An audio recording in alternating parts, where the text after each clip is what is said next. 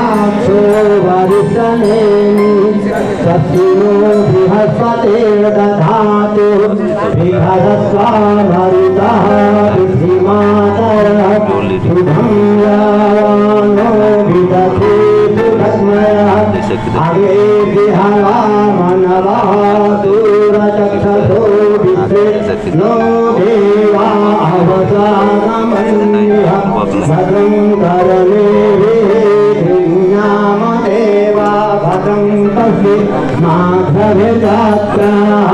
मेरे प्यारे भाइयों बहनों एवं बुजुर्गों, दुल्हिन बाजार प्रखंड क्षेत्र के आदर्श ग्राम काव्य में सभी प्रतिष्ठित नागरिकों का समाज सेवी का सादर प्रणाम करते हुए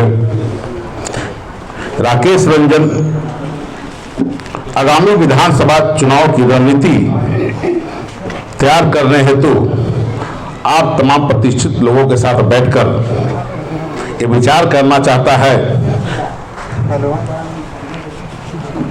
मैं ये पूछना चाहता हूं कि सत्ताधारी लोग जो आज हमारे क्षेत्र में जरूरतमंदों के उनके अधिकारों से वंचित क्यों रखा गया है? क्या चुनाव में उनकी कोई भागीदारी नहीं है? मेरे प्यारे भाइयों और बहनों, मैं आप लोगों के द्वारा आयोजित आज इस सभा के माध्यम से ये आह्वान करना चाहता हूं कि अगर आप मुझे एक मौका देंगे तो मैं वाकई में संपूर्ण पालीगंज विधानसभा के रूपरेखा को बदल दूंगा। इंजीनियर राकेश रंजन आपके साथ हमेशा कदम से कदम मिलाकर चलने का काम करेंगे। आपके हाथों में उम्मीद है कि आप किसे चुनेंगे।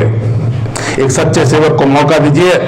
आप लोगों का भरोसा दिलाता हूं कि मैं आपके हर एक उम्मीदों पर भरपूर खड़ा उतरने का हर संभव प्रयास करूंगा।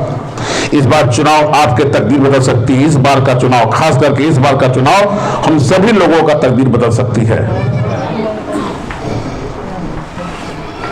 जिसके लिए हम अभी क्षेत्रीय गांव और सारे गांव का दौरा कर रहे हैं और गांव के बुजुर्ग दोस्त साथियों और नौजवानों के साथ मिल करके एक कार्यक्रम चला रहे हैं, जिस कार्यक्रम के तहत कि नौजवानों का विकास कैसे हो। अभी ये मुद्दा नहीं है कि कौन क्या किया, अब अभी मुद्दा ये है कि अभी तक जो हम लोग नौजवान हैं उस नौजवानों के लिए अभी तक क्या हुआ है। हम इसी चर्चा पर सब लोग के साथ बैठ रहे हैं और आगे की रणनीति तय कर रहे हैं। अब ये बात है कि पार्टी से आना, चुनाव लड़ना एक अलग मुद्दा है।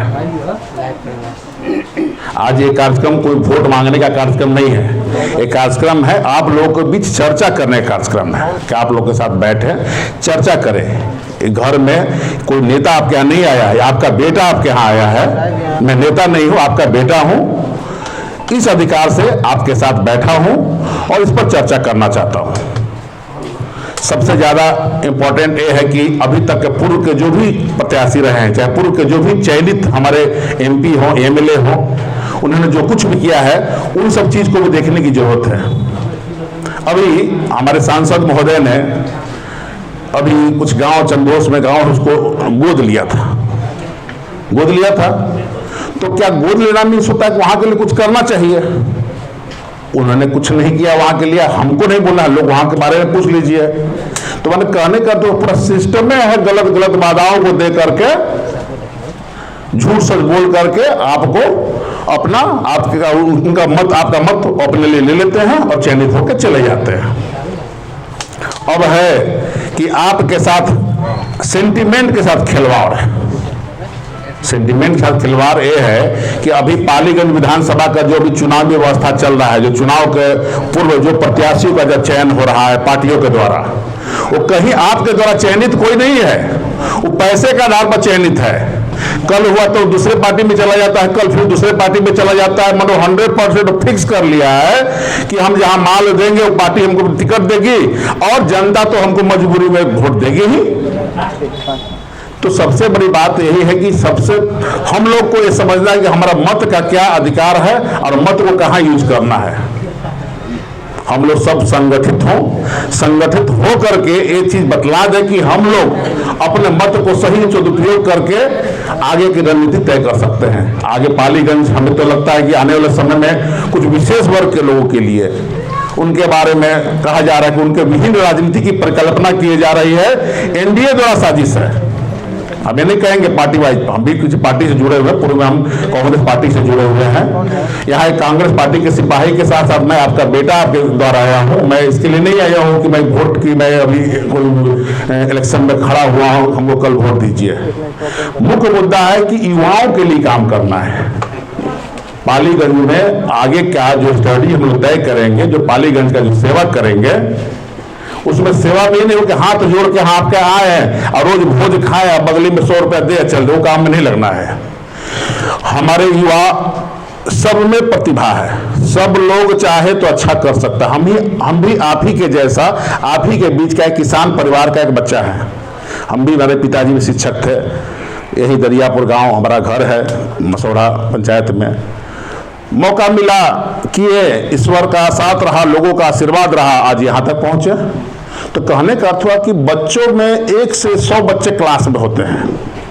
अब 100 बच्चा में 1 से जो 10 होता है वही बढ़िया करता है, उसी को पीठ भी थपथपाया जाता है, शिक्षक भी पीठ थपथपाते हैं और घर के गार्जियन गांव भी पीठ थपथपाता। बाकी बच्चा जो है 10 से लेकर 90-100 तक उसके बारे में कोई नहीं चर्चा करता कि अच्छा क्या करेगा, क्या हो लखेड़ा हो, कुछ न कर दो, बढ़िया ना रिजल्ट लाभी था।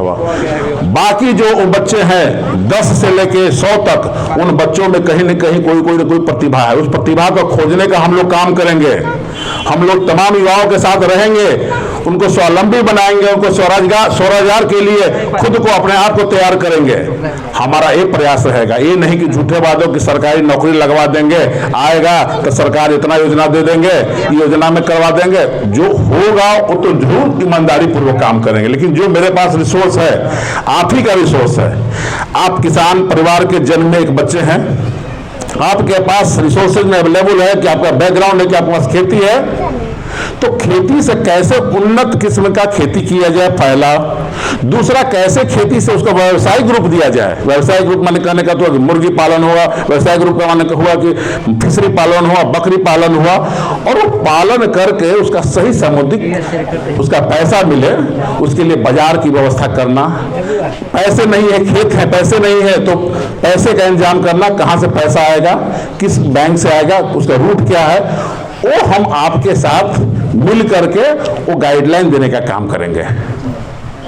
युवाओं को हम मदद इसी रूप से कर सकते हैं। बच्चे चाहते हैं कि नहीं आगे हम, अभी से 10 से लेकर 100 का बच्चा में सिपाही बनता है,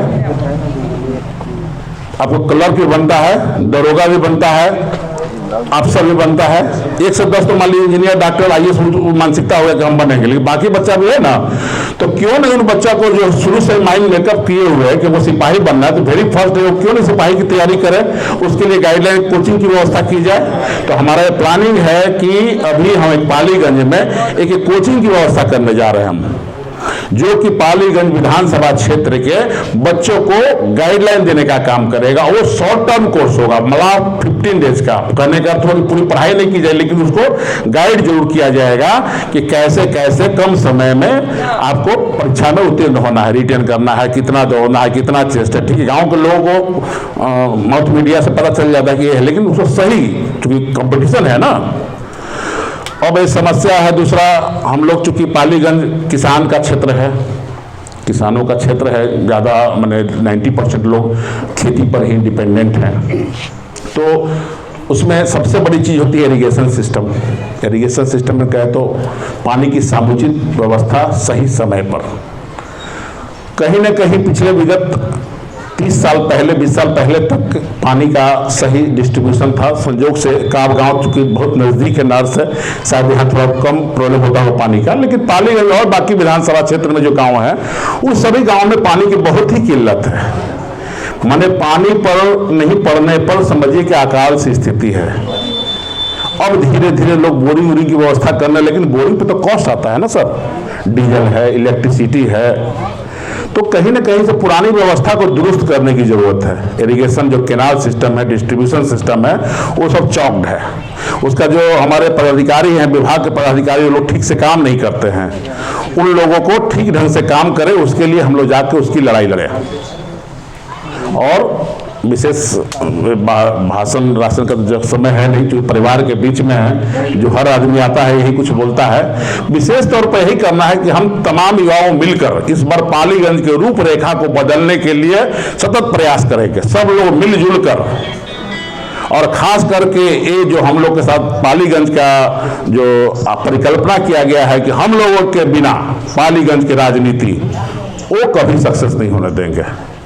पालीगंज में शिक्षित लोगों की जरूरत है, अच्छे लोग आए, पढ़े लिखे लोग आए।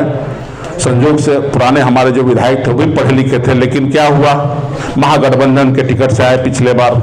महागठबंधन के लोगों ने उन पर विश्वास किया, कारण कुछ भी रहा हो, काम नहीं किए, लेकिन उनको तो लग रहा है कि कहीं ना कहीं टिकट ले लेंगे फिर ये लोग दे देंगे। आप लोग सब लोग वोट देने के लिए समझिए कि मजबूर हैं। तो इस बार दिखलाना है कि जनता मजबूर नहीं मजबूत है, मजबूती को दिखलाना है। जनता मजबूर नहीं मजबूत है। इसी सब बातों के साथ बहुत बहुत धन्यवाद कि आप लोगों ने प्रेम दिया। जय हिंद।